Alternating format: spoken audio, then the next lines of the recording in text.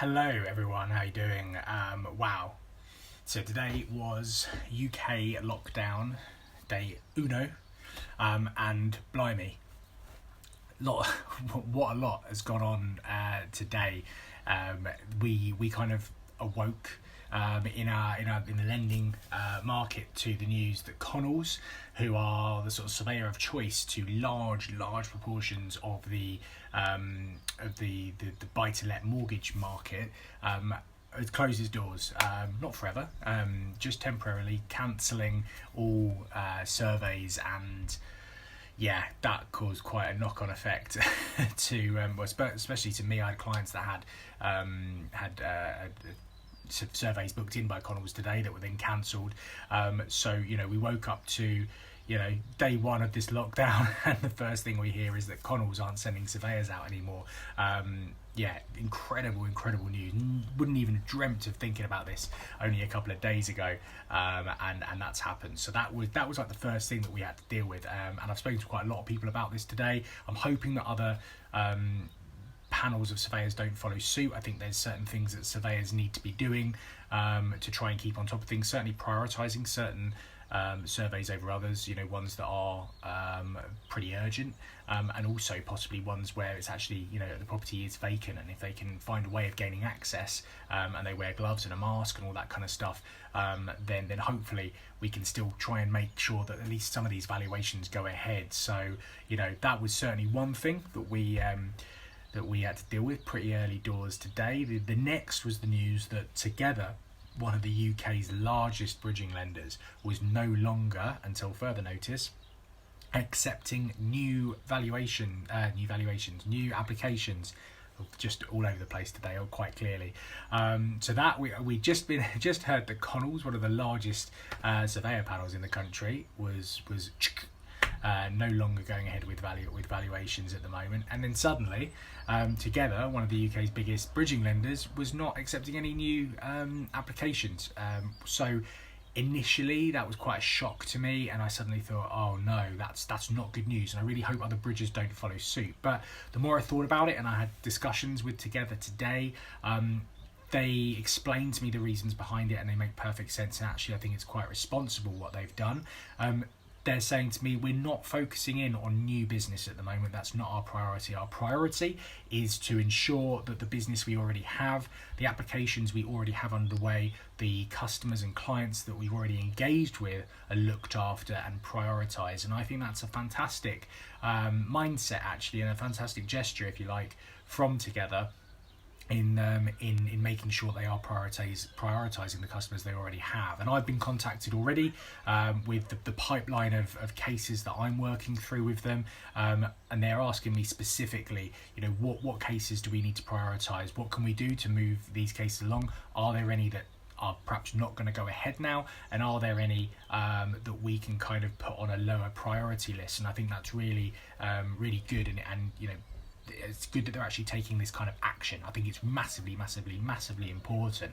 And I was on a call with Mark Posniak, who's the MD over at Octane Capital, and one of the bits of advice he was giving was take action. And it's good to see that not just investors and developers are hopefully taking action, but lenders as well. And they're making the decisions pretty quickly on what they need to do, what they need to concentrate on, and Together today have decided that their existing client base is the most important thing, and I think that's quite nice, actually.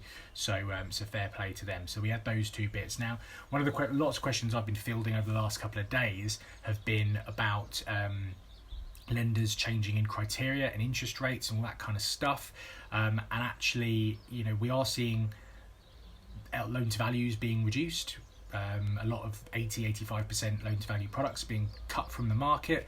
I spoke to Kent Reliance this morning, who do a lot of lending at 80 and 85%, and they haven't got any plans to remove those at the moment. So that's pretty positive, if that's going to be needed. But certainly, lots of lenders are doing that, and they're also increasing their rates. Now, my first thoughts on this were perhaps that they were increasing rates to try and increase their margins to cover any foreseen losses or missing out of targets this year because of the coronavirus, but actually, having spoken to a number of lenders and getting thoughts on this, it's more down to them actually reassessing the risk to them of the kind of lending that they're doing.